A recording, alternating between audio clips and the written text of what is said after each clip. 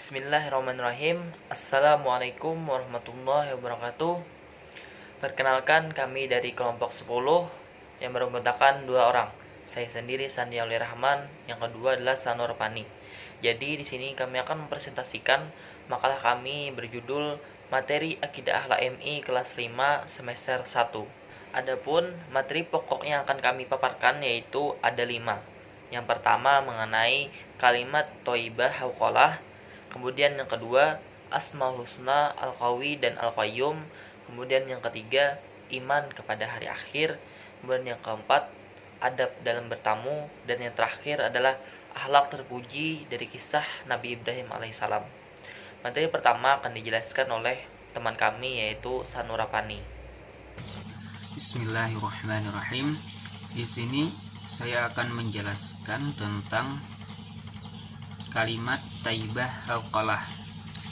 Seperti apa kalimat Taibah Hauqalah itu? Yaitu kalimat yang berbunyi La haula wala quwwata illa billahil aliyil azim.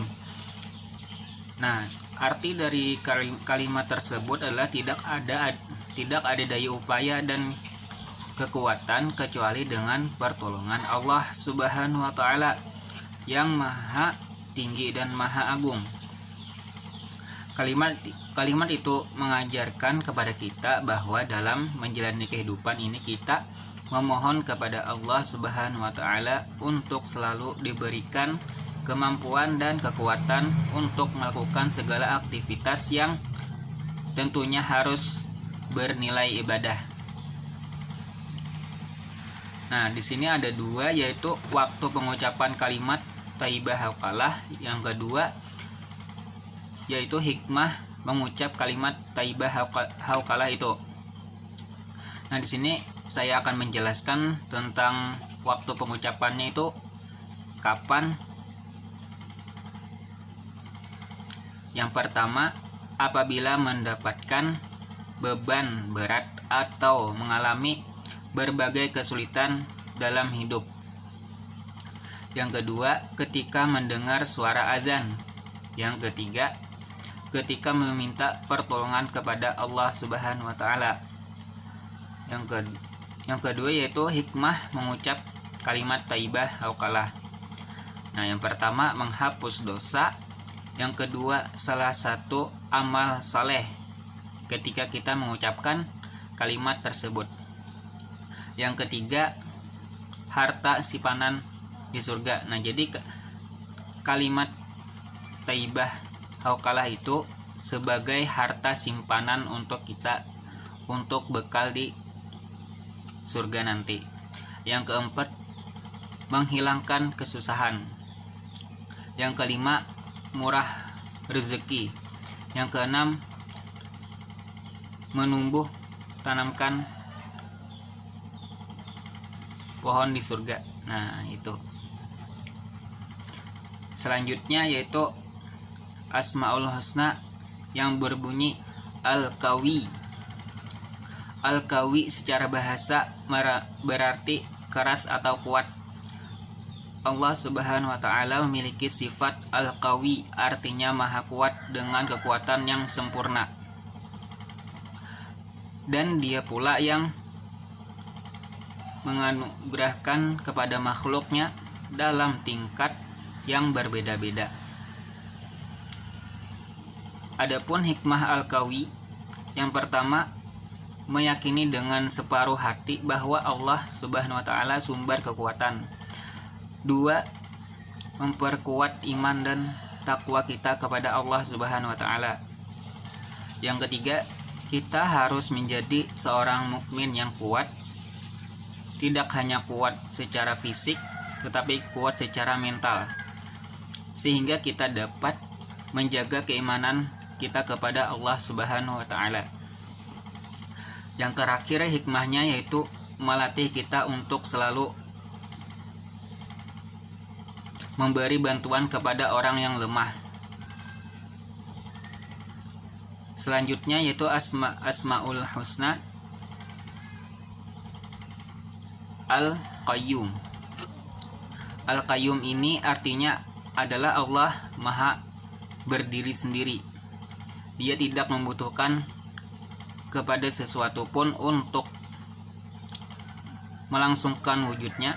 Justru dia yang memberikan wujud kepada semua makhluknya. Dia senantiasa mengurus semua makhluknya, dan sebagai contoh, Allah menciptakan langit dan bumi. Allah juga yang mengurus keduanya agar tetap berada di tempatnya. Hikmah mengenal Al-Qayyum yaitu ada 4. Yang pertama, mengetahui kebesaran dan keagungan Allah Subhanahu wa taala, segala perbuatannya dalam puncak kesempurnaan. Yang kedua, memperkuat iman dan takwa kita kepada Allah Subhanahu wa taala. Yang ketiga, kita harus menjadi seorang mukmin yang berdiri atau tidak menggantungkan orang lain. 4. Membiasakan diri untuk memberi manfaat kepada orang lain.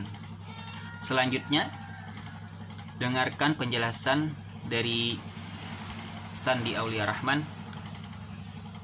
Assalamualaikum warahmatullahi wabarakatuh. Baiklah, kita masuki materi yang ketiga, yaitu mengenai iman kepada hari akhir. Yaumul akhir atau hari kiamat adalah hari akhir kehidupan seluruh manusia dan makhluk hidup di dunia yang harus kita percayai kebenarannya. Dengan mempercayai kebenaran tersebut, maka akan menjadi jembatan menuju kehidupan di akhirat yang kekal dan abadi. Iman kepada hari akhir adalah rukun iman yang kelima. Nama-nama hari kiamat ada berbagai macam. Misalnya, yang pertama ada Yaumul Kiamah, yaitu hari dihancurkannya bumi dan seluruhnya. Kemudian ada Yaumul Zalzalah, hari kegoncangan atau keruntuhan. Mengapa disebut Yaumul Zalzalah? Karena ketika kiamat terjadi, bumi mengalami goncangan dahsyat, gunung-gunung hancur dan berterbangan. Kemudian ada Yaumul Ba'ats, yang mana hari dibangkitkannya manusia dari alam kubur. Kemudian selanjutnya adalah Yaumul Mahsyar, yang mana adalah hari berkumpulnya manusia setelah dibangkitkan dari alam kubur. Pada saat itu, manusia memiliki bentuk yang berbagai macam sesuai amal perbuatan mereka. Kemudian yang berikutnya adalah Yaumul Jaza, yang mana adalah hari pembalasan atas semua amal perbuatan. Kemudian setelah itu Yaumul Hisab, yang mana adalah hari perhitungan seluruh amal perbuatan manusia ketika di dunia. Kemudian setelah itu adalah Yaumul Wa'id, yang mana adalah hari terlaksananya ancaman, yang mana pada saat itu segala perang dan ancaman dari Allah Subhanahu wa taala dalam Al-Qur'an akan terbukti.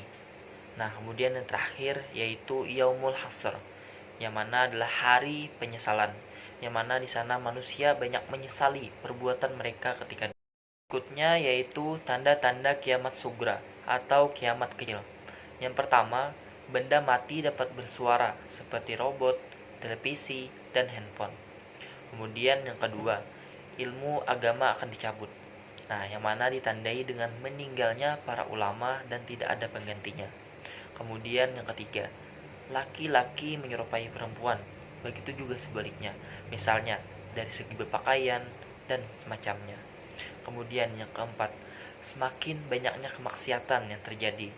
Nah, kemudian yang kelima, gibah atau gosip menjadi ucapan sehari-hari. Nah, kemudian yang keenam, banyaknya terjadi kematian dan bencana alam, misalnya banjir, kebakaran hutan, dan lain semacamnya. Kemudian yang terakhir yaitu waktu berjalan terasa sangat cepat. Kemudian tanda-tanda kiamat kubra atau kiamat besar.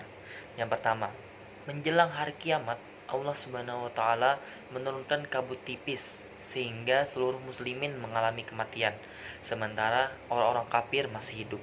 Nah, di sana akan menandakan yang mana orang muslim dan mana orang-orang kafir. Kemudian yang kedua, munculnya Dajjal, yang mana Dajjal adalah orang yang mengaku sebagai Tuhan. Kemudian yang ketiga, turunnya Imam Mahdi. Imam Mahdi adalah orang yang memerangi Dajjal dan pengikutnya. Kemudian yang keempat, keluarnya Yakjuj dan Makjuj. yang akan membuat kerusakan di permukaan bumi. Kemudian yang kelima, munculnya dabbah atau binatang melata yang dapat berbicara seperti manusia. Kemudian terakhir adalah matahari terbit dari arah barat dan terbenam di arah timur. Setelah kita mempelajari hari akhir, maka akan ada hikmah di balik itu semua. Yang pertama, misalnya meningkatkan keimanan dan ketakwaan kita kepada Allah Subhanahu wa taala. Kemudian yang berikutnya, senantiasa berbuat kebaikan dan meninggalkan perbuatan sia-sia. Kemudian yang ketiga, mendorong seseorang untuk bersemangat dalam berkarya. Kemudian berikutnya, mendidik manusia agar mempersiapkan bekal yang terbaik. Nah, kemudian yang terakhir yaitu tujuan hidup di dunia lebih terarah. Kita masuki materi yang keempat mengenai adab dalam bertamu. Rasulullah SAW mengajarkan kita untuk memuliakan tamunya. Nah, di sini akan ada 3 adab seorang tamu. Kemudian yang kedua, adab ketika bertamu, dan yang terakhir adalah hikmah dalam bertamu. Oke, kita masuki adab seorang tamu. Adab seorang tamu ada banyak sekali. Misalnya yang pertama, meminta izin untuk masuk dan mengucapkan salam assalamualaikum ketika masuk. Nah, kemudian berikutnya, kita tidak boleh mengintip ke dalam rumah. Nah, kemudian yang ketiga, memperkenalkan diri sebelum masuk ke rumah orang lain. Nah, kemudian yang keempat, tamu lelaki dilarang masuk ke dalam rumah apabila tuan rumah hanya ada seorang wanita saja.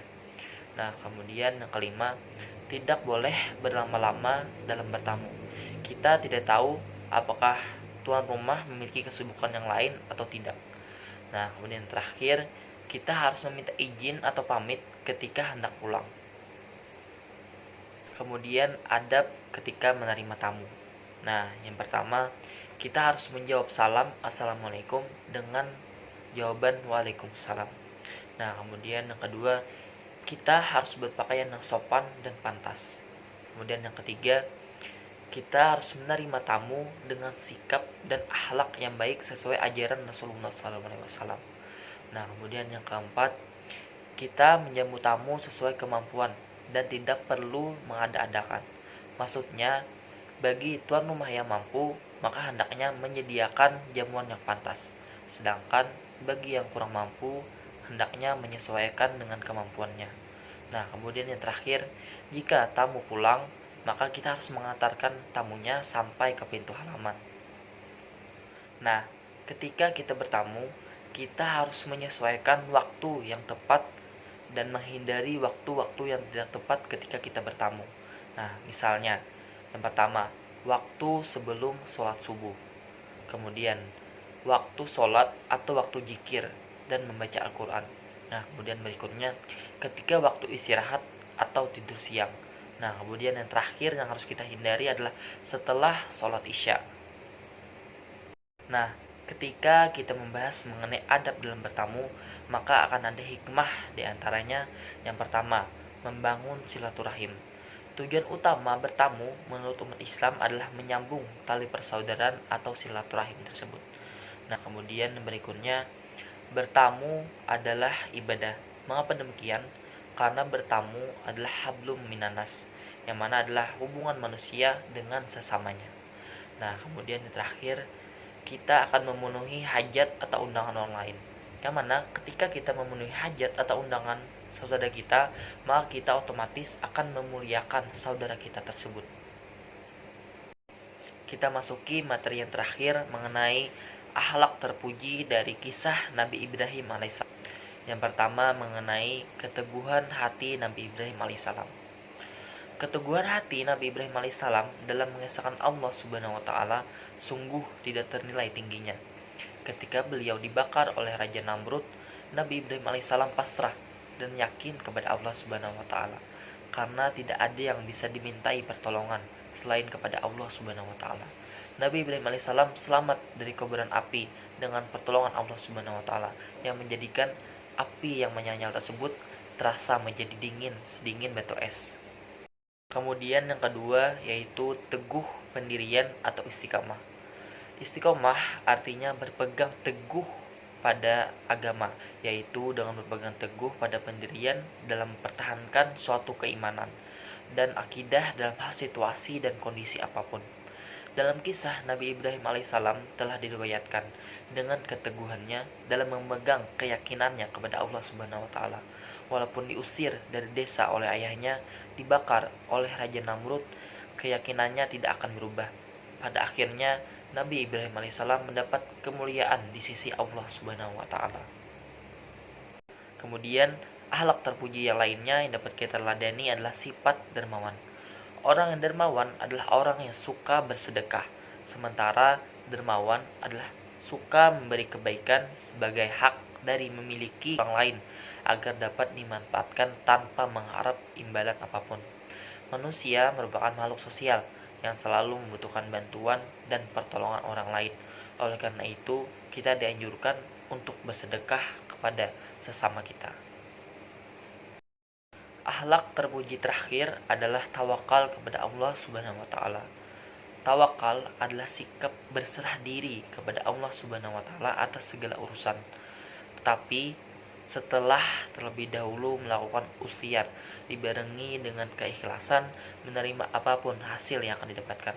Nah, sifat-sifat tersebut adalah sifat yang harus diteladani dari kisah Nabi Ibrahim alaihissalam. Oke, mari kita simpulkan materi kita kali ini. Yang pertama, mengenai kalimat thayyibah haqalah.